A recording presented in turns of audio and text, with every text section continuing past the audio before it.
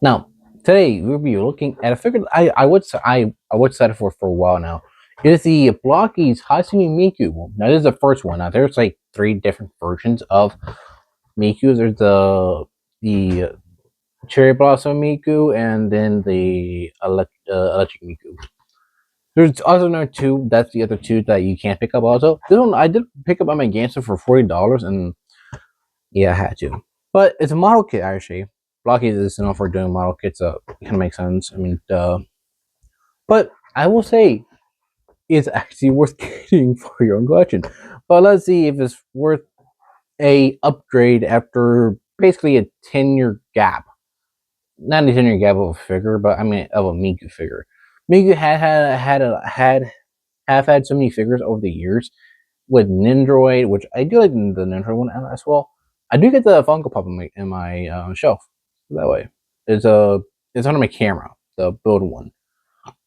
But let's see if it's worth getting for your own collection. This Miku is. Let's talk about it. Now, this Blokees Miku I did buy from GameStop, so we're gonna see. I do have most accessories in the bag, which is your hands, the neck piece or body piece, I think it is. The hands and neck piece, the guitar that comes with actually, the other faces, the ones that don't have any eyes either, and I do have the stand, piano, and the microphone. And I do have to watch the decal with me, so in case I want to really use them, I could actually. Now, I will say this Miku is actually pretty cool, since technically it is a model kit from Blocky, so you're looking at that technically as a way. Now,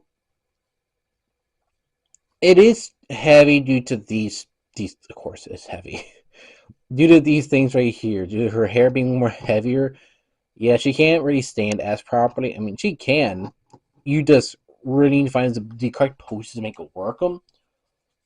Which is, I don't have the problem. It does stand on its own pretty well. Now, I do have the Figma one with me, so I will compare to that one. Uh, since you are comparing a 2025 to a 20 like a 2010s model basically, and it is the same body or type, the similar outfit from back then, which actually kind of makes sense because Miku does have many outfits over the years. And actually, Blockies did release like two or three more Mikus, which were the pink variant, which is the Sakura, and then the yellow one that they released that one too. And I think that one came with less accessories, but for same pricing. And that's I think three Mikus they released. And the pink one, the Sakura Miku, comes with a tree, which I actually do love. It's actually kind of crazy to hear.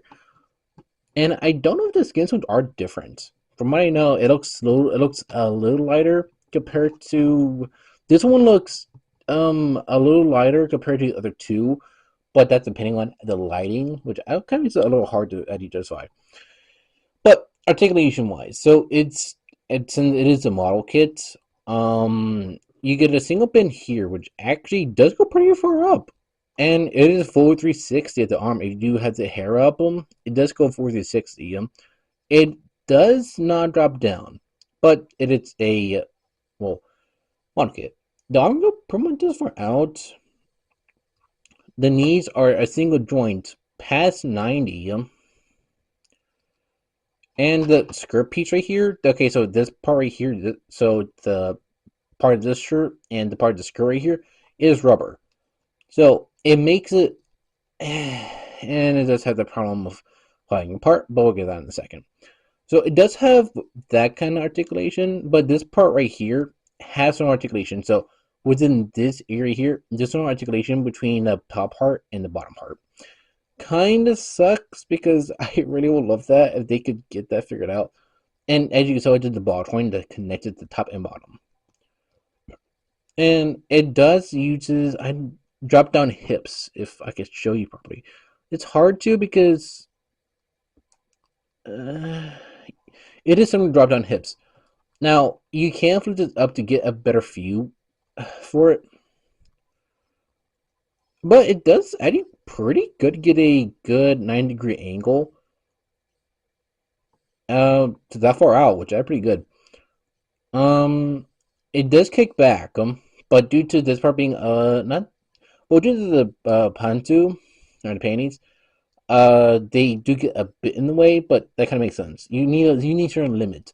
It does kick up pretty far up. I'm kind of surprised that he does for a figure, because some figures don't have that ability. Especially that one model kit that I did, the Shiori one. That one didn't have anything like that, and it was a pure plastic piece that made it was impossible to make it stand or to like do anything but stand. And you want to do more than that. The feet actually have more articulation than you think it does. Now you can see right here, it does have a toe bend, actually all the way to the top, which is actually pretty impressive. It does kick up that far and back that far, so there's a lot of range within it. And actually, since I do have the 30 minute 30 minute 30-minute mission sister sets, one of them actually, and it has some of the fancy ones also. They do have that as well. And I will say she can stand on her own. Now, let's get to accessories because Addie has watched over to accessories. Now, she is a 6-inch figure. Come on. Okay, there you go. It is 6 inches. I have compared to other figures. So my model legends and some model kits, I have scaled it. Now, here's the other Miku that came out like 10 years ago. Just a Figma one. It is like right there to the right here. It is basically to the top of that right there, actually, which is actually kind of crazy.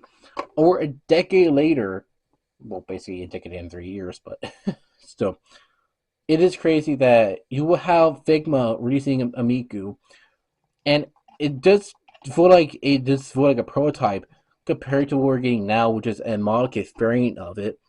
But it's the same exact thing that this one did a decade ago. But there's more, but has a lot of things on there that I didn't even have, like the skirt having all these things on it, some of the stuff on the arm, which was on there originally, but that more detailed. The skirt having more detailed than ever, and these do go down if you mess with them over time. But that is what you want to expect from a figure. You can't get it fully done properly. Now, Spider-Man is a good size comparison because he is, I think, 6'3". I could be wrong by the sizing. The sizing is a little weird due to model kits and depending on how it looks like. Okay, but okay, accessory wise, we get a stand, which is actually pretty big for what you're getting. It is pretty easy to build. So in case you don't like this long arm, you can take it apart and actually make it shorter. Which I kind of like it how it is, and it does ratchet. Almost. So, it does stand up this tall. Goes up that far. And actually does need to go, if you want it a little lower, you actually can. You can just take this off. If you want to. It is not easy. I'm gonna be honest here, I kind of like how it looks, and also I like long arms. So in case I want to have some better pose, I could. And it does have a claw hand. Since this Miku does not come with a hole in the back, which I kind of like because it makes it more fluid. And it just snaps on. So hey, it just get up in like this, and actually, there you go. And it does have spaces right here in case you want to plug some more stuff if they ever release it. If they release more figures for like Teto or any of those characters. I really wish they could right now. If they want to. Please, Lord God, make them.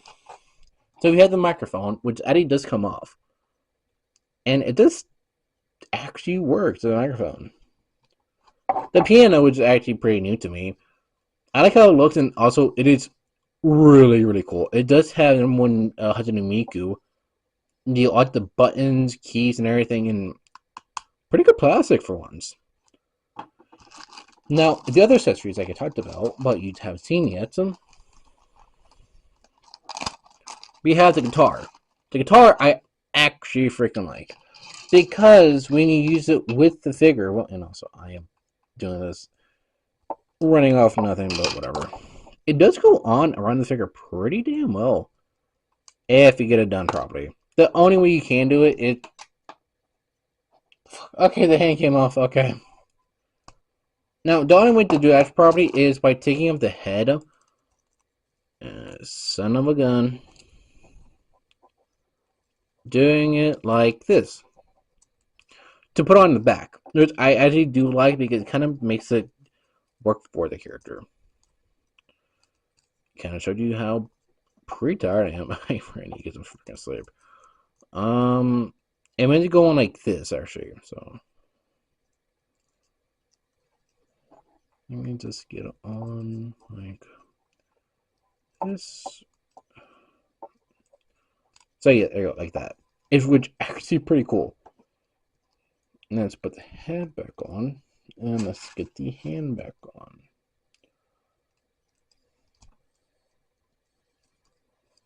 And actually, it does have specific hands for this too, which is actually pretty cool that you think about. Let me just put that back on. And it still stands with the guitar on it. It just making it work. It's kind of like the 2B figure that came out with Figma, and the Hughes ID for it, which made it hard to stand with. There you go. It does come with the leaks as well. And also, my freaking hands are so tired. There's so many accessories with this thing. So there's one hand that is meant to hold it. And actually, I think it's this one, or I think it's this one here. Now, you just gotta pull the hand out, and there is actually pegs. So these pegs right here, which are a nightmare to pull out. I kind of hate pulling them out for a reason. Because it's not easy. Okay. If it works, because sometimes I don't think it. But it does go into place. It does hold it for once. Object that is actually being held. Shocker! But outside to side, it does really work. Just aim the hand a specific way.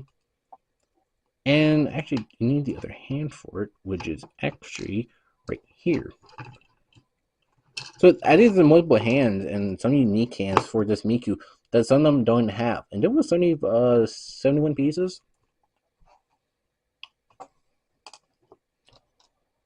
Let me get the hand in place.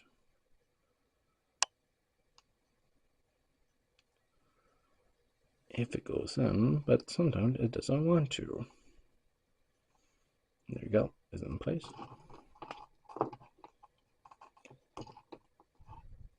Which, there you freaking go.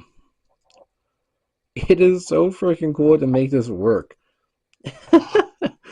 And I'll be honest here, the faces, they actually come up pretty simple. Just put the hair off right there, and the head is actually pretty much a T-face. Now, we do have a smiley face, which is the other one. And the other one is actually another one that I kind of like. Which is her just yelling at you. Not like a full yell, but it's like joyful, happy yell. And actually, I do like when you use specific ones. My hands hurt right now. This aims up a little higher. It really works. And actually, when you use this hand too, you can actually use the microphone too when I add it. So actually, this hand is multi-use, so not just a one-use item. Which is actually really good. In case you really want to use something else, you could. And the thing is, the hand is at not an angle, but you can still make it work. And I think this hand you can use for a leak. No, that's the other one actually. And also this hand right here was meant for the guitar. I could tell bigger grip, but you can still make it work. It's to kind of show you how much utility you really have with this figure. And with the piano hand, well, the hands for the piano, you can use any hands. Now I'm gonna make her put on the stand because that makes it easier for me to deal with. Because right now I am basically running on time and my camera's gonna die on me sooner or later. I need to turn it up. Come on, fit, you bastard. Okay, fit. Now, the other hands we do have is these hands. So these are like the open wide hands, but you also can use them on the piano. So you have the guitar hand, which is meant to go with this here. The thing is, there's no alternate hand offer. That's right for the MIDI, the guitar on that hand, on the right hand, which I kind of don't like because like they're both be ambidextrous, so you really want to be ambidextrous. You have open hands, so in case you want to put an item in the hand, kind of like a microphone or a leak, which actually works. It does hold it in very tightly. You have pointing hands. More dropped on me. More dropped on that. Pointing hands, which actually are ambidextrous. We do also have these hands too. These hands are, I guess, another way to use them, but I want to say piano hands as well. I mean, these hands are mostly used, so yeah. And you also have two more faces. You have to have these two, which are actually similar in look. But hey, it's pretty good in use, so let's get to my final thoughts on this figure. I will say it's actually pretty good for your own collection. If you're really into like Miku or if you want to pick up a model kit, this is a great model kit in terms of like accessories. The amount of accessories you get with it for $40 is actually worth the money. And the thing is, you could put it in any format with like the stand, the microphone, the piano, the guitar, and it works just so well because since it is a model kit, it's fantastic for what it does.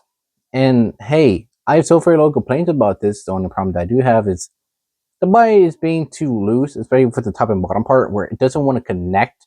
Well, it does connect, but the only problem that it does have that it wants to fall apart on you. Where if you pick it up at a certain angle, it makes it hard to make sure the figure stands up properly. The thing is, it is really, really good. But the thing is, the only issue that I have at that point is that the figure itself has one slight problem is that it can't stand, and that's the problem when you want to when you need the figure to stand and it won't stand, and then you're seeing the problem. It can't stand properly, which is the issue. It can't stand properly if you put in certain poses due to the hair being heavy on the back of it. That's the thing. It looks good, but the hair makes it heavy, and all the Miku had that problem. That I mean, no matter which Miku has been out, the Figma one, that one has a heavy back due to the hair.